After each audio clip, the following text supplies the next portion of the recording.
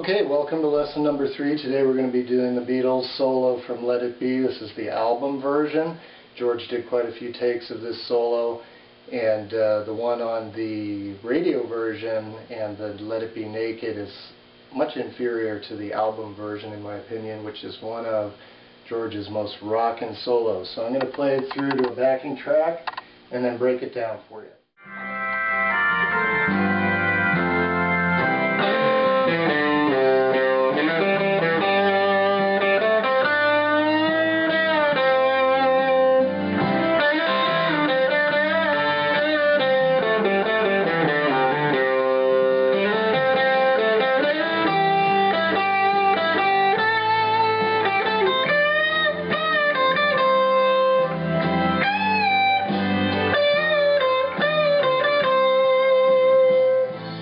This is one of George's more challenging solos, so I'm sure I did make some mistakes in that little demo.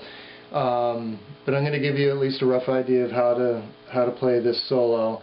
The reason I chose this solo is, even though it does just remain in the pentatonic scales and not use the chord shapes like those previous two solos we did in lessons 1 and 2, it's amazing just because of what George does with just 5 notes. So what it's an illustration of is, even if you just know the basic pentatonic scale, minor pentatonic scale, you can play a pretty amazing solo by moving around the neck, bending notes, doing different things. So he starts off with a hammer-on at the 5th fret. You're barring the 3rd and 4th strings at the 5th fret with your index finger, and then hammering on with your ring finger on the 7th fret D string.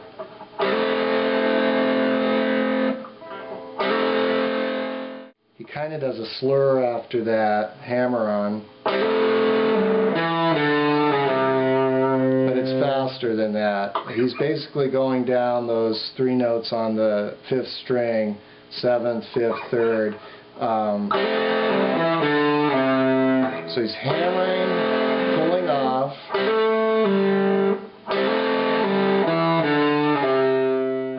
and then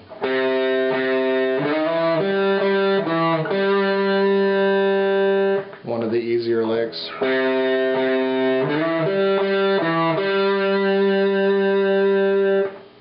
Okay, 5th and 4th strings. Now here comes the first bend. Okay, sticking in that A minor pentatonic scales, 5th and 7th frets, 4th and 3rd strings. You can bend that up or down, it doesn't matter. But you're bending it a full tone, okay? Full step.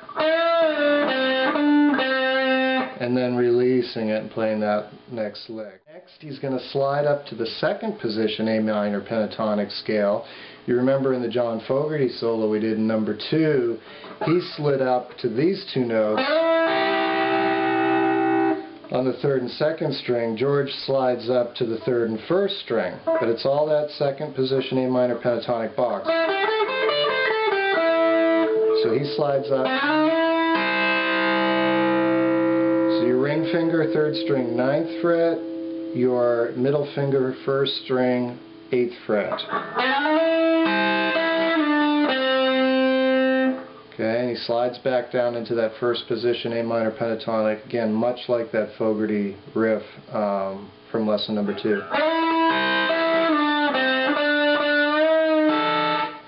Okay, that's the hardest one for me anyway, because George does that next bend while hitting that 1st string at the 5th fret, but he holds the bend, and it's hard to do without making the bend sound a little bit like a sick animal, for me anyway.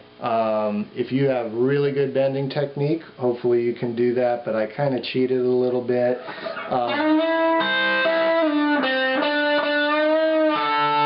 That's basically how I played it. I've seen other people bend it up.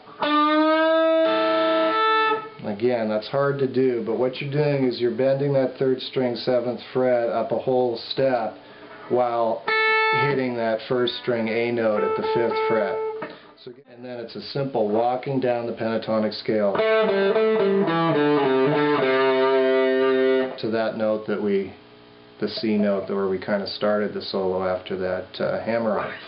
So,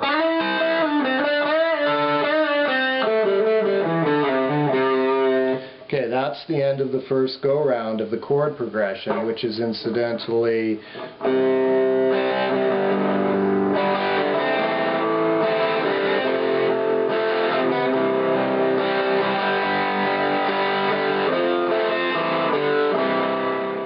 so that was the first go-round. The second, so now he's going to start a new phrase. So you start at the 5th fret, D string. I like to slide this one up, so I'm going to start with my ring finger. And then this next one I do a little bit unorthodox fingering. You can do it however you want. Because you're going to have to slide up into that second position. That's why I set my middle finger up here to do that. But you can play it with your normal fingering, the ring finger. See how using that middle finger for this note sets me up for the slide into the second position pentatonic, okay, A minor pentatonic. So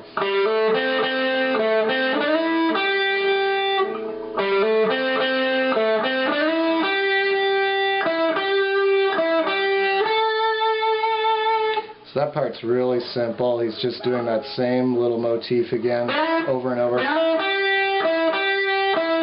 He does that, those two notes 3 times, okay?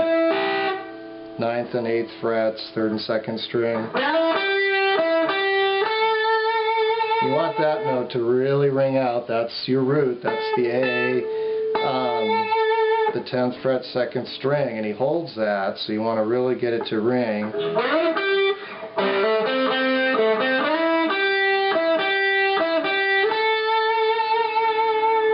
And again, he just continues walking up the pentatonic scale, 2nd position.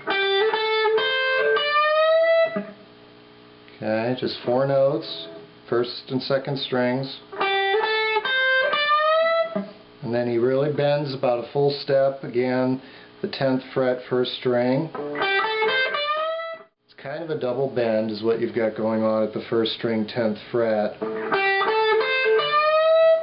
Cut it off there at the top of the first bend, then bend it again and release it.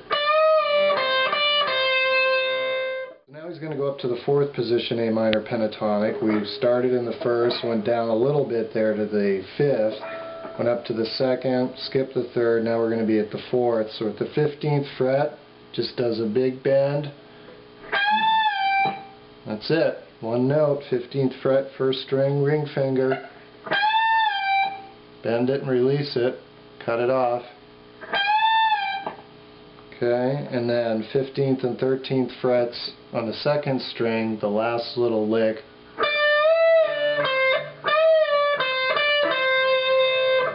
So play the note, bend it up, release it, and just go back and forth. It's hard to tell exactly what he does there, but that's what it sounds like to me. So there you have it, a rocking solo that uses just 5 notes. Learn that A minor pentatonic scale, learn it in the different positions, slide around, bend the notes, do different things with those 5 notes, and you can create a really nice solo. Okay, so that's it for Let It Be.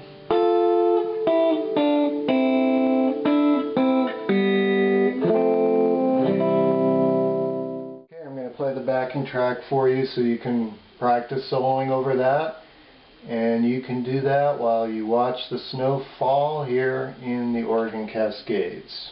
Enjoy, and thanks for joining me.